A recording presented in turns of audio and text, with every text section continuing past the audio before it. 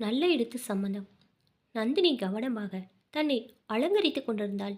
Violet நிற chiffon புடவை, அதில் சின்ன சின்ன வெள்ளி நட்சத்திரங்கள், அதே கலர் ரவிக்கை, ஒற்றை முத்து தோடுகள், முத்து வளையல், கழுத்தில் 3 முத்துக்கள், வெள்ளை கைப்பை, வெள்ளை குதிகால் உயர்ந்த ஷூ, வில்லாக இருந்த மெல்லிய புருவங்களின் கீழே வைலட் ஐஷேடோவை மெல்ல தீட்டினாள். ஐலைனர், ஆழ்ந்த நிற லிப்ஸ்டிக், அதே நிற பொட்டு. திருப்தியுடன் தன்னை முழுமையாக கண்ணாடியில் ஒரு முறை பார்த்து கொண்டு ட்ரெஸ்ஸிங் டேபிளை விட்டு எழுவதற்கும் மரகதம் உள்ளே வருவதற்கும் சரியாக இருந்தது. நந்து, இன்னைக்கு அப்பா சொன்ன மெட்ராஸ் பையன் உன்னை பார்க்க வருவதாக ஃபோன் பண்ணியிருக்கிறார்.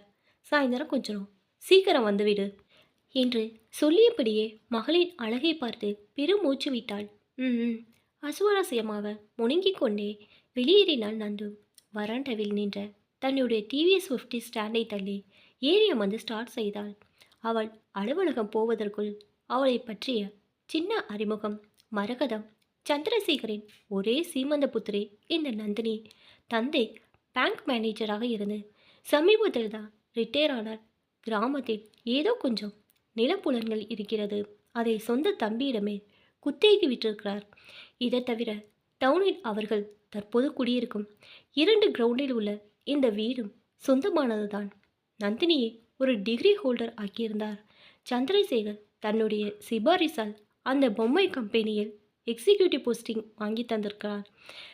திருமணம் வரை வேலை பார்க்கும்படி சொல்லியிருக்கிறார்.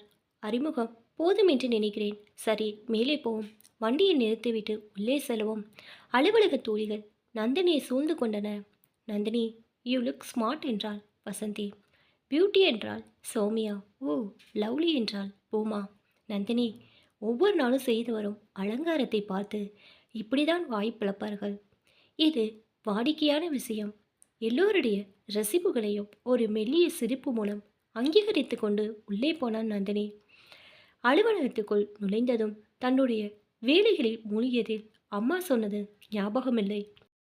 ஃபைல்களை சரி பார்த்து முடித்துவிட்டு மணியை பார்த்தபோது திடுக்கென்றது அவளுக்கு. அம்மா 1 மணி நேரம் முன்னதாக வர சொன்னாலே, நான் 1 மணி நேரம் தாமதமாக தான் போகப் போகிறேன் என்று. அப்பா முறைப்பார். அம்மா சத்தம் போட போகிறாள். சமாளித்தனா ஆக வேண்டும். அந்த மெட்ராஸ் பையன் வந்து காத்திருப்பாரோ? காத்திருக்கட்டுமே, அவருக்கு தெரியாதா ஒரு அலுவலகத்தில் பொறுப்பான பதவியில் இருந்தா என்னென்ன வேலைகள் இருக்கோ என்று? தெரியாமலாயிருப்பார். அவளுக்கு தானே சமாதானம் செய்து கொண்டு தோழியிடனும் சொல்லிக்கொண்டு புறப்பட்டாள். அவள் எதிர்பார்த்தபடியே உள்ளே நுழைந்ததும் எதிர்பட்ட அப்பா அவளை முறைத்து பார்த்து மெல்ல சொன்னார். அவர்கள் வந்து காத்திருக்கிறார்கள். முன்னாடி வரக்கூடாதா? முக்கியமான ஃபைல்கள் அனுப்ப வேண்டியிருந்தது. சாரிப்பா. தலை குனிந்தபடியே ஹாலில் அமர்ந்தவளை தாண்டி தன் அறைக்குள் நுழைந்தாள் நந்தினி. பின்னாலேயே அம்மா போனாள். இருந்தாலும் உனக்கு இத்தனை மறதி கூடாது.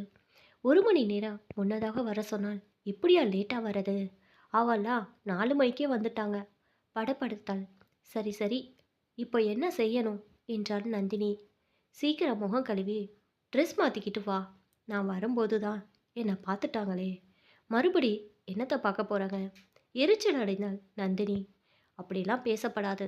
நீ முகம் கழுவிட்டு ட்ரெஸ் மாத்தாட்டி கூட பரவாயில்ல, சீக்கிரம் வெளியில் வந்து சேர். அம்மா மேற்கொண்டு பேச பிடிக்காமல் கட்டளையிட்டு விட்டு போனாள். பெற்றவர்களை நினைத்து நகைத்து கொண்டாலும் அவர்கள் சொல்லுக்கு கீழ்ப்படிந்து சிறிது நேரத்தில் ஃப்ரெஷ்ஷாக வெளிவந்தாள்.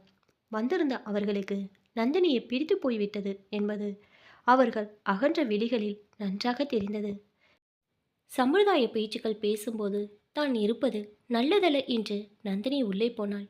சிறிது நேரத்தில் அவர்கள் விடை பெற்றுக் கொள்வது காதில் கேட்டதோ மரியாதைக்காக நந்தினி வெளியில் வந்தாள். அவளிடமும் சொல்லிக்கொண்டு அந்த கும்பல் வெளியேறியது. அவர்கள் போனதும் சந்திரசேகர் மகளை கூப்பிட்டார்.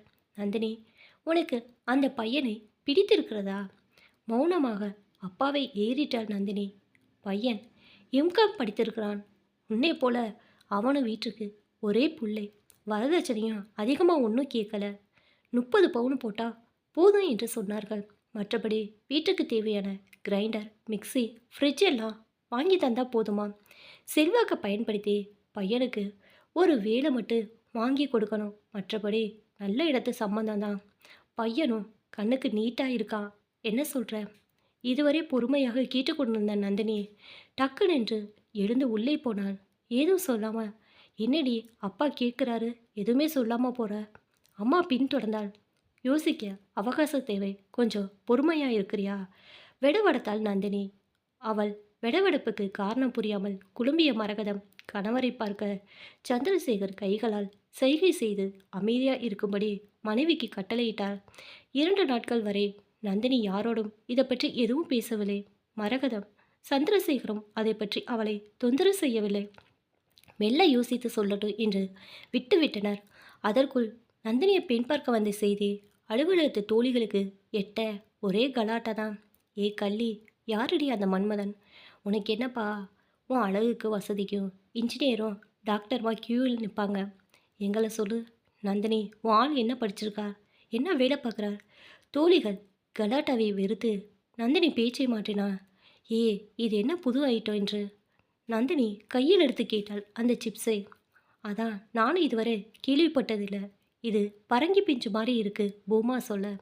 இன்னைக்கு லஞ்சு பிரமாதடி. அந்த ஆளை பார்த்தா நம்ம பாராட்ட தெரிவிச்சுக்கணும் என்றாள் சௌமியா. எக்ஸ்கியூஸ் மீ என்ற குரல் கேட்டு தலை நிமிர்ந்தன. தோழிகள் தங்கள் கமாண்டை நிறுத்திவிட்டு எதிரில் கியூட்டான அந்த டெஸ்க் லஞ்ச் கான்ட்ராக்டர் வாஞ்சிநாதன். லஞ்செல்லாம் நேரப்படி வருதா? ஏதாவது குறை இருந்தா சொல்லுங்க, திருத்திக்கிறோம் என்று பணிவோடு சொன்னான் வாஞ்சிதானம். ஏன் சார், இன்றைய ஐட்டத்தில் அந்த சிப்ஸு எந்த காயில் செய்தது? பொம்மா கேட்டாள். பரங்கி பிஞ்சு. ஓ வெரி நைஸ். நாங்கள் இது மாதிரி கேள்விப்பட்டதே இல்லை, சாப்பிட்டதும் இல்லை. ரொம்ப பிரமாதம் சார் என்றாள் சௌமியா. தேங்க்ஸ் என்றான் வாஞ்சிநாதன். உங்களை ரொம்ப நாளாக ஒன்று கேட்கணும்னு ஆசை. கேட்கலாமா சார்? கோச்சுக்க மாட்டீங்களே? வசந்தி கேட்டாள். சும்மா கேளுங்க. நீங்கள் எதுவரையில் படிச்சிருக்கீங்க? BSc chemistry. ஏன் மேலே படிக்கலை? வீட்டு சூழ்நிலை இடம் கொடுக்கல. ஏன் இந்த வேலையை தேர்ந்தெடுத்தீங்க? எல்லாருமே ஒயிட் கலர் ஜாப் வாங்கணும்னு ஆசைப்பட்டா எப்படி? ஆரம்பத்தில் நானும் அப்படி ஆசைப்பட்டு போடாத அப்ளிகேஷனே இல்லை, ஏறாத அலுவலகம் இல்லை, எங்கேயும் வேலை காலி இல்லை. சும்மா இருக்க பிடிக்காம என் குடும்ப சுமையை குறைக்க இந்த சுய தொழில் வேலையை மனப்பூர்வமாக ஏற்றுக்கிட்டேன். அவன் சொன்னதை வியப்புடனும் ஆர்வத்துடனும் கேட்டுக்கொண்டிருந்த நந்தினி நன்றாக இப்போது அவனை நிமிர்ந்து பார்த்தாள். ஏன் மேடம், எல்லாரும் என்ன மன திறந்து பாராட்டினாங்க, ஆனால் நீங்கள் மட்டும் மௌனமாக இருக்கிறத பார்த்தா எங்கள் லஞ்சில் ஏதாவது குறை இருக்கிறதா? நான் உணர்கிறேன். உண்மையா? அவசரமாக மறுத்தாள் நந்தினி. நோ நோ, எல்லாமே நன்றாக இருக்கிறது. அவள் சொன்னது அவனையும் சேர்த்துதான். அவளுக்கும் தேங்க்ஸ் சொல்லிவிட்டு விடை பெற்று கொண்டான் வாஞ்சிநாதன். நந்தினிக்குள் ஒரு தீர்க்கமான தெளிவான முடிவு தெரிந்தது. அந்த முடிவை தன் பெற்றோர்களிடம் தெரிவித்த போது வீட்டுக்குள் பூகம்பம் வெடித்தது.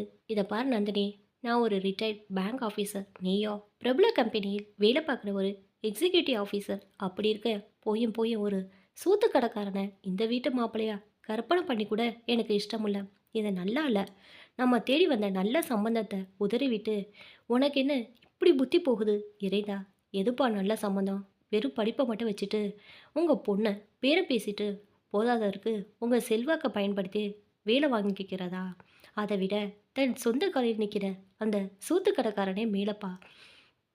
நந்தினி, நீ புத்தகத்தில் வர கதையில் படிச்சுட்டும் சினிமா பார்த்துட்டு பேசுகிற, ஆனால் நடைமுறைக்கு ஒத்து வருமா? உன்னை விட படிப்பிலும் வசதியிலும் குறைவான அந்தஸ்து உடைய அவன் ஏன் மாப்பிள்ளையா வருவது? நெவர். அப்பா, கொஞ்சம் யோசனை பண்ணி பாருங்க. வரதட்சணை கொடுமைக்கு காரணம் பிள்ளைய பெற்றவங்க மட்டும் இல்லை, உங்களை போல பெண்ணை பெற்றவங்களும் தான்.